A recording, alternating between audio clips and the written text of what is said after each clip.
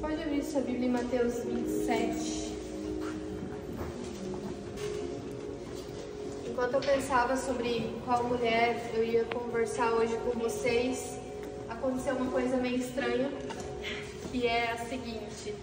Eu pensei, né? Vou elencar as mulheres mais famosas da Bíblia e depois que a gente falar sobre todas as famosas, a gente começa a falar sobre as que não são tão conhecidas, né? Não sei porque eu pensei isso, acho que é uma forma elitista de pensar. Mas assim, tantas mulheres que a gente não falou ainda, né? Ano passado a gente falou sobre Ruth, Noemi, Maria, mãe de Jesus, sobre a profetisa Ana. Então, teria várias, né? Entre elas Esther, que tem o seu próprio livro na Bíblia, assim como Ruth. Mas, aí, meditando na palavra, lendo a Bíblia, coincidentemente essa mulher apareceu no meu devocionário de mulheres também, veio ao meu coração para falar sobre uma mulher que não tem nenhum nome dela na Bíblia. Está em Mateus 27. Aliás, na teologia católica eles deram um nome para ela, que é um nome que eu nunca tinha visto na Bíblia, que é Cláudia. Bizarro. Que bizarro. Tem alguém chamada Cláudia? Mas na teologia protestante não dão nome a ela, dão apenas a esposa de Pilatos. Então, no capítulo 27 de Mateus vai falar um versículo sobre ela, e é sobre isso que a gente vai conversar. Mas para dar uma contextualizada, vamos ler desde o versículo 11 até o versículo 20. Então, Mateus 27, eu estou lendo na versão da NVI, versículo 11 até o versículo 20. Jesus foi posto diante do governador e este lhe perguntou: "Você é o rei dos judeus?" Respondeu-lhe Jesus: "Tu o dizes." Acusado pelos chefes dos sacerdotes e pelos líderes religiosos, ele nada respondeu. Então Pilatos lhe perguntou: "Você não ouve a acusação que eles estão fazendo contra você?" Mas Jesus não lhe respondeu nenhuma palavra, de modo que o governador ficou muito impressionado. Por ocasião da festa, era costume do governador soltar um prisioneiro escolhido pela multidão. Eles tinham naquela ocasião um prisioneiro muito conhecido, chamado Barrabás. Pilatos perguntou à multidão que ali se havia reunido: "Qual destes vocês querem que lhe solte? Barrabás ou Jesus chamado Cristo?" Porque sabia que o haviam entregado por inveja. Estando Pilatos sentado no tribunal, sua mulher lhe enviou essa mensagem: "Não se envolva com este inocente, porque hoje em sonho sofri muito por causa dele." Mas os chefes dos sacerdotes e os líderes religiosos convenceram a multidão a que pedisse Barrabás e mandasse executar Jesus. Quantos de vocês lembravam que essa mulher estava na Bíblia? Pouquíssimas, né? Acho que é um texto muito conhecido para a gente focar em Jesus, né? Tipo, a gente está pensando ali mais no sofrimento de Jesus, que ninguém está nem aí para ele, e as pessoas, né? Enfim, estão acusando ele ali nesse momento. E, claro, né, já tinha lido várias vezes, mas essa vez que eu li foi aquela vez que salta aos olhos, né? A gente que está acostumado já com a igreja há um tempo fala, né, que é como se entrasse num plano de 3D, assim, o versículo. E lendo isso me chamou muita atenção. Eu fiquei pensando, por que a gente nunca parei para pensar nisso, nunca conversando sobre isso? E aí, né, me debruçando sobre esse texto, vou ler de novo ali o versículo 19. Estando Pilatos sentado no tribunal, sua mulher lhe enviou essa mensagem: "Não se envolva com este inocente, porque hoje em sonho sofri muito por causa dele." E aí eu comecei a pensar, né? Quem é essa mulher? Por que ela está aqui? O que ela estava fazendo? No meio de tanta atividade ativa não, mas de tanta atividade ali masculina, a gente vê uma mulher se posicionando. E é esse o tema, né, de hoje: sensibilidade e posicionamento. Então a gente vê uma mulher provavelmente gentia, né, não fala sobre ela qual que era a ascendência dela, se ela tinha alguma linhagem judaica, mas provavelmente ela era romana mesmo, como, né, a linhagem que está sendo dita aqui, ou de onde Jesus estava e tudo mais. Mas ainda assim uma mulher que se destacou no meio de um monte de pessoas se colocando contra aquilo que ela estava falando, né? Então é como se ela fosse a única ali com um pouco de sensatez, a única com um pouco de até coragem, porque se a gente for olhar para Pilatos, né, quando o versículo anterior ele vai falar, porque ele sabia que o haviam entregado por inveja. Então, no fundo, Pilatos sabia que ele estava fazendo errado. Mas aí depois a gente pode ver mais pra frente que o que Pilatos faz? Lava as mãos, né? Ele fala, olha, vocês que decidam aí, meio que se ausenta da sua responsabilidade, super ao contrário do que a esposa dele fez, né? Sobre posicionamento. Então essa mulher de Pilatos, a gente vê nela uma figura gentil, né? Uma mulher que não chegou ali falando, por que vocês estão matando esse cara? Por que estão fazendo isso? Não, ela chega com uma colocação, né? Com um posicionamento concreto, com um posicionamento pontual, né? E dando apenas um conselho de forma gentil. A gente vê uma mulher que exerceu uma influência benéfica sobre o seu marido. Então, conhecendo a história, hoje a gente vê que foi uma influência benéfica, mas ali ela foi totalmente sensível ao que lhe foi proposto, ao que lhe foi dado, a uma mensagem que ela recebeu. Então, a gente tendo conhecimento de tudo que rolou depois, a gente vê que ela realmente foi atendeu a um chamado, atendeu aquilo que estava sendo proposto para ela. Mas naquele momento ela foi uma influência benéfica simplesmente pela fé, mesmo não tendo uma fé em Jesus, né, como diz a história. Ela foi uma mulher sensível, ela foi uma mulher que interferiu, mesmo conhecendo a natureza severa do marido. Então, sobre Pilatos, o que se sabe é que ele era alguém muito sério, mas também muito agressivo, né, muito intenso.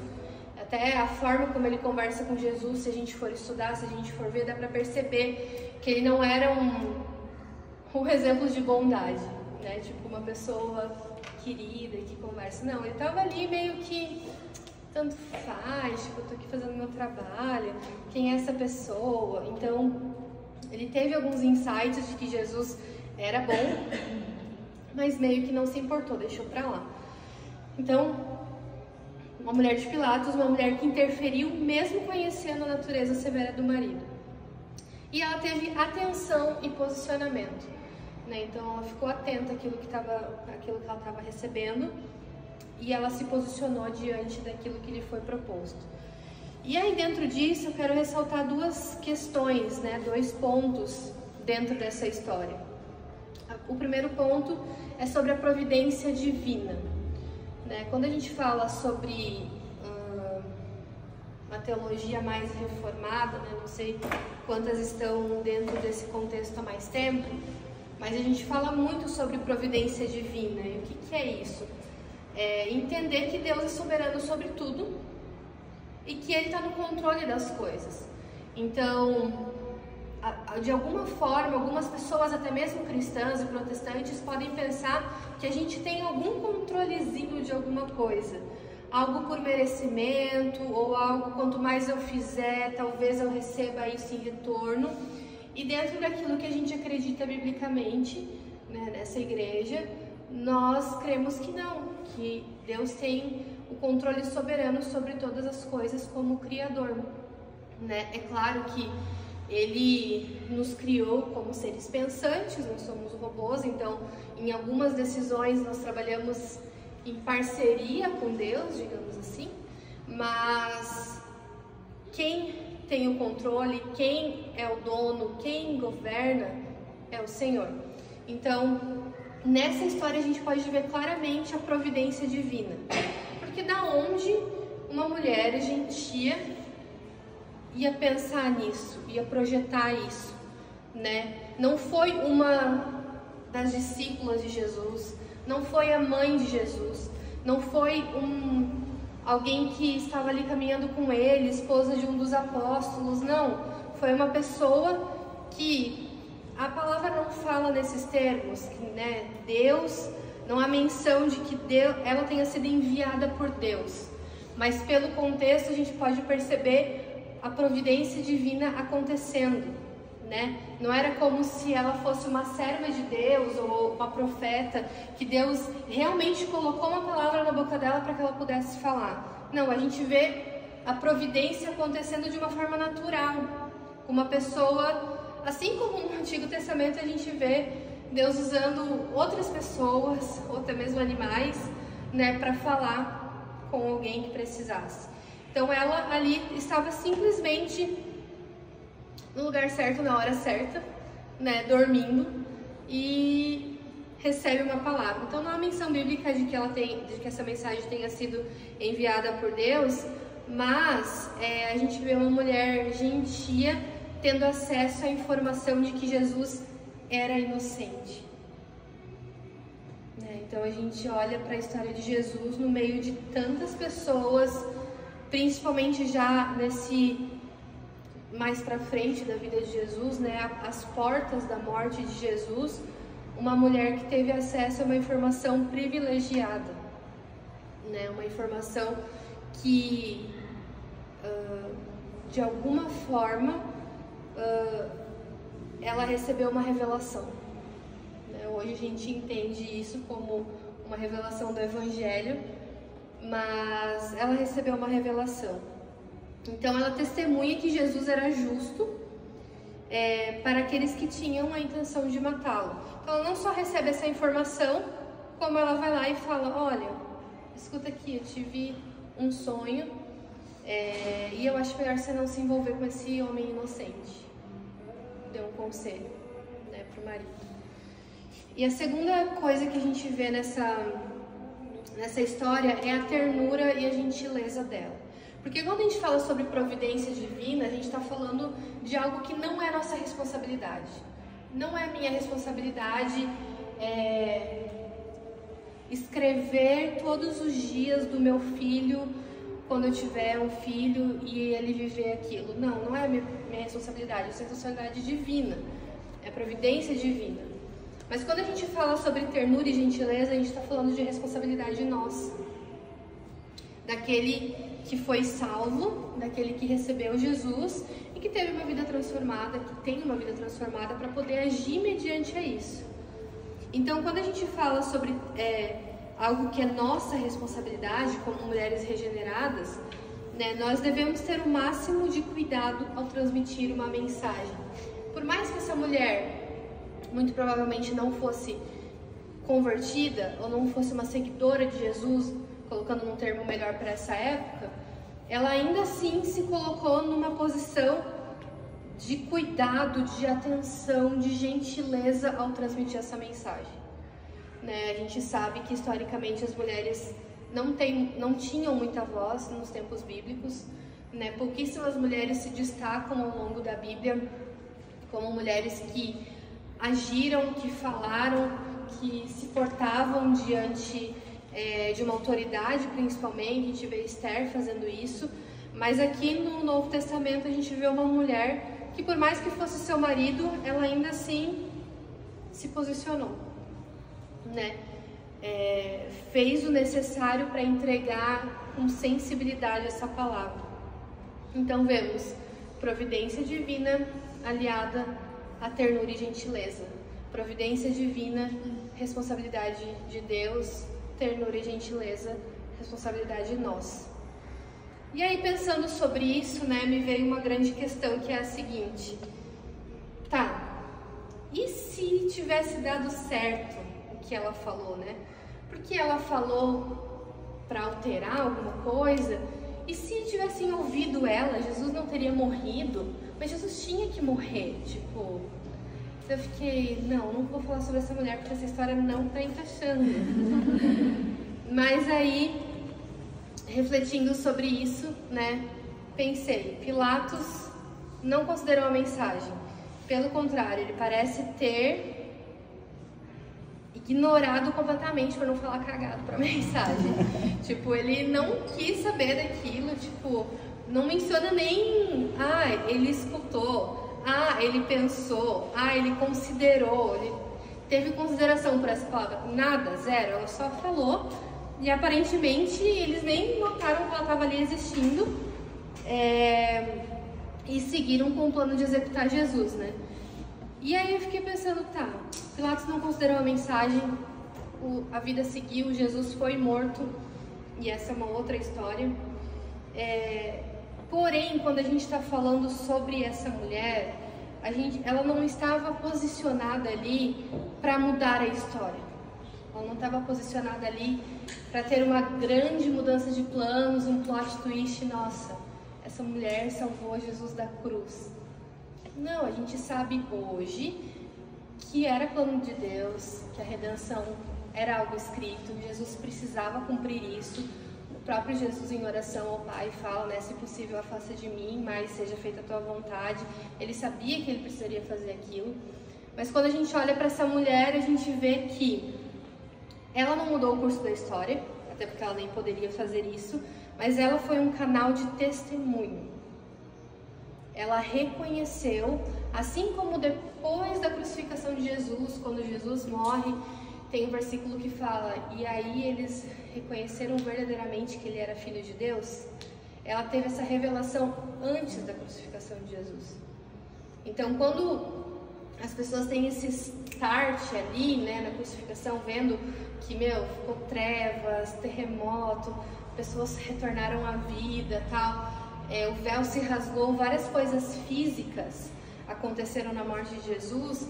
Aí sim algumas pessoas perceberam, verdadeiramente ele era filho de Deus. Mas essa mulher não, ela viu a inocência, ela recebeu essa informação de que Jesus era inocente antes. Então a gente não está falando simplesmente de algo que mude necessariamente o curso da história.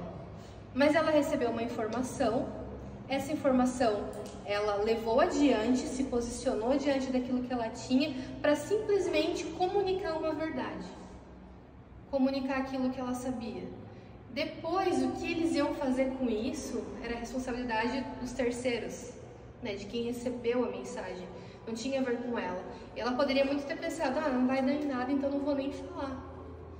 Mas ela age de acordo, né, com o que ela sentiu ali no momento. Né? Ela tinha que apenas cumprir uma tarefa, ela não tinha que agir. E aí eu acho interessante que um capítulo antes, em Mateus 26, 24, acompanha ali comigo. Jesus está falando sobre quem iria trair, e aí ele fala assim, o Filho do Homem irá, como está escrito a seu respeito, mas ai daquele por quem o Filho do Homem é traído, melhor seria que não houvesse nascido. Então a gente vê Judas cumprindo algo oposto ao que essa mulher fez. Porque ela decidiu, a partir da revelação que ela teve, se posicionar. E Judas, pelo contrário, né, foi amaldiçoado, de acordo com esse texto que fala, ai daquele, né, seria melhor que não houvesse nascido. Enfim, diante disso tudo, né, qual que é a aplicação disso para os nossos dias? O que a gente pode aprender com essa situação?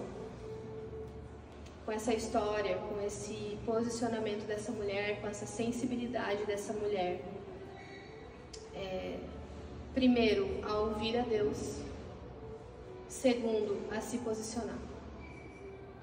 A não estar alheio ao que Deus está fazendo. A não estar de fora daquilo que Deus está fazendo. Porque muitas vezes a gente sabe qual é o caminho certo, sabe a coisa certa a fazer, e a palavra é muito clara com relação a isso. Aquele que sabe o que deve fazer, sabe que deve fazer o bem e não faz, comete pecado. E nesse lugar, a mulher de Pilatos não era nenhuma mulher de autoridade, né? Na época não existia autoridades políticas, né, com a figura feminina. Então, Ela foi na condição dela, da forma dela, do jeito dela, se posicionou para falar uma verdade daquilo que ela tinha recebido. Ouvindo algo de Deus que ela nem sabia se era de Deus, ela só fala: não se envolva com este inocente, porque hoje em sonho eu sofri muito por causa dele. Ela tinha uma percepção, ela tinha o ouvido apurado para aquilo que Deus estava conduzindo, né? E aí, né, como que isso se aplica na nossa vida de igreja? Muitas vezes eu percebo a nossa ausência a se colocar do lado de alguém, a se disponibilizar a fazer algo, né?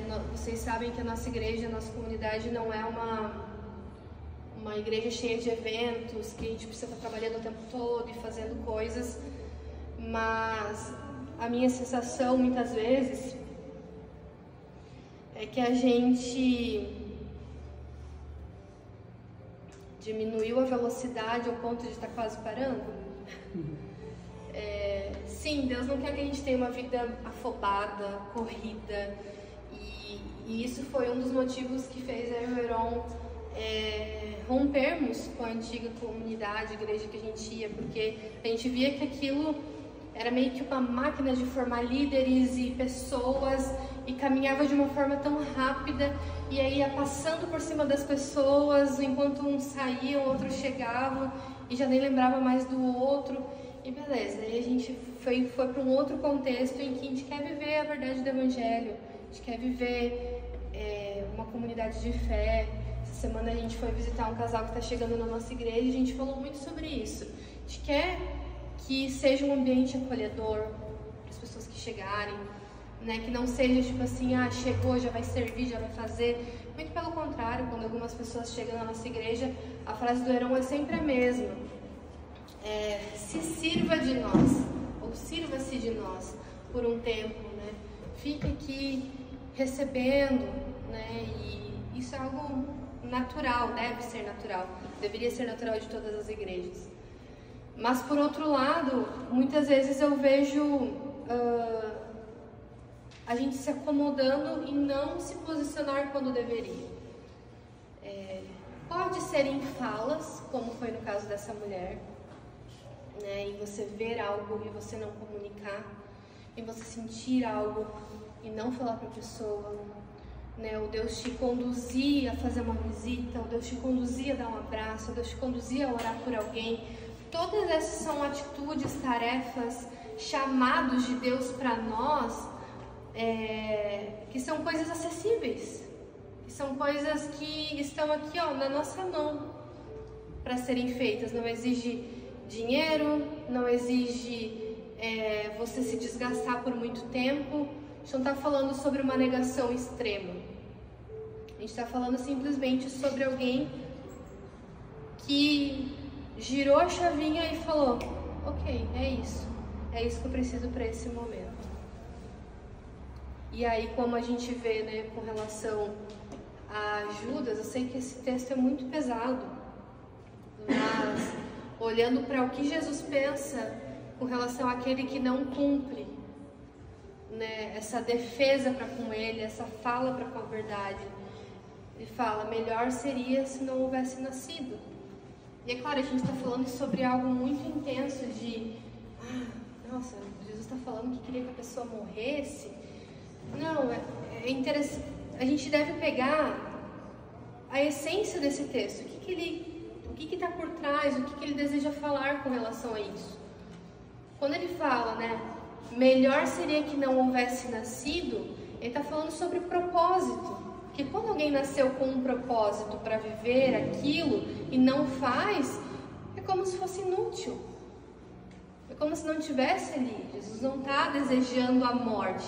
Ele está fazendo uma constatação de vida, de propósito, de chamado. Enfim, muitas vezes nós nos excluímos de fazer aquilo que deve ser feito. E aí, para concluir, né, como como nós devemos nos portar se nós somos a pessoa que recebe a mensagem. Nós vimos que Pilatos, ele não só não absorveu, como ele ignorou completamente a mensagem. Mas lendo um pouco a respeito desse texto, num comentário do Matthew Henry, que não vou falar agora de palavras minhas, mas de palavras dele, ele fala que quando nós recebemos esses alertas de Deus através de amigos ou irmãos em Cristo, isso é privilégio, isso é graça. Amém. Por mais que seja doloroso, por mais que seja desconfortável, por mais que seja inconveniente. Então, quando recebemos alertas, isso é graça. E é nosso dever escutar atentamente, pois estamos ouvindo de alguém que nos ama. Se você recebe alguma mensagem, alguma palavra de Deus, de alguém que você sabe que não te ama, muito provavelmente ignore, vida que segue. Talvez aquilo foi só para te cutucar, para te alfinetar. Mas quando a gente recebe de alguém que nos ama, aí é algo que a gente precisa, levar em consideração. E aí, preste atenção nessa frase. É um exemplo do verdadeiro amor para com nossos amigos e irmãos, fazermos o possível para preservá-los do pecado.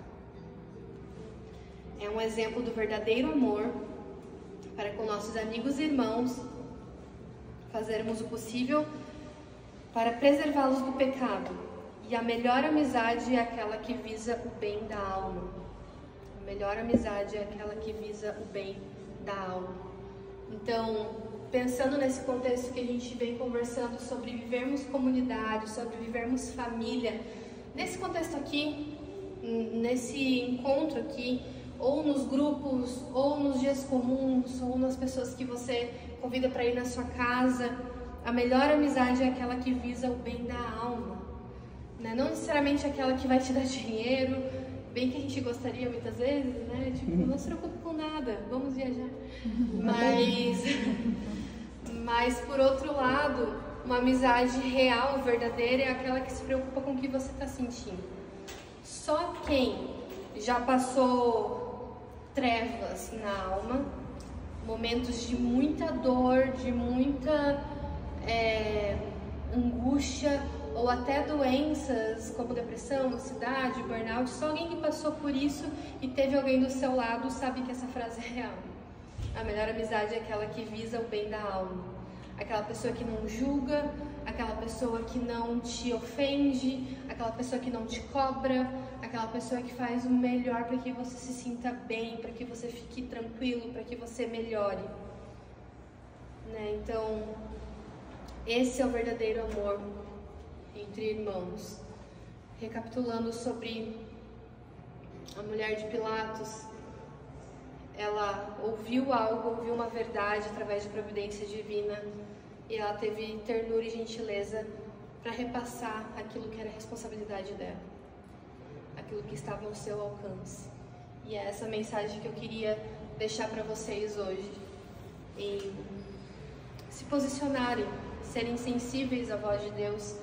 Eu não sei se vocês estavam envolvidas na semana passada com relação ao tempo de oração e jejum que a gente teve, mas geralmente Deus costuma ministrar muito aos nossos corações em tempos de oração e jejum, porque a gente fica mais sensível à voz dele, a gente fica mais atento àquilo que ele quer falar, e isso é muito importante na nossa jornada, porque isso vai alinhando o nosso coração para a gente também não ser ríspido, agressivo quando a gente for falar com alguém. Isso é muito, até quando eu estava preparando isso para falar, eu pensei nisso. Nós temos que ter muita sabedoria na hora de como transmitir isso. É um problema eu chegar aqui e falar para vocês, falem para os outros mesmo, porque sempre vai ter alguém que vai chegar com os dois pés chutando a cara de alguém, e aí a gente vai ter que resolver isso depois. Então, por isso que eu falo muito sobre sensibilidade, sobre você sentir aquilo que Deus está falando e saber o modo. Não é porque Deus te deu uma mensagem que você tem que entregar da forma que você acha que tem que entregar ou no tempo que você acha que tem que entregar. Muitas vezes você vai ter que orar pedindo discernimento, para que Deus mostre o jeito, o dia, a forma, né? E não simplesmente seja o seu eu ali, né? Mas que seja o seu eu transformado por Jesus. Que seja você a semelhança de Cristo, a semelhança do caráter de Cristo, cumprindo isso. Enfim, para ficar no coração de vocês, vou ler o versículo mais uma vez, né? O que a mulher de Pilatos disse a ele: não se envolva com este inocente, porque hoje em sonho eu sofri muito por causa dele. Aqui a gente vê uma mulher posicionada diante da verdade. Amém? Amém.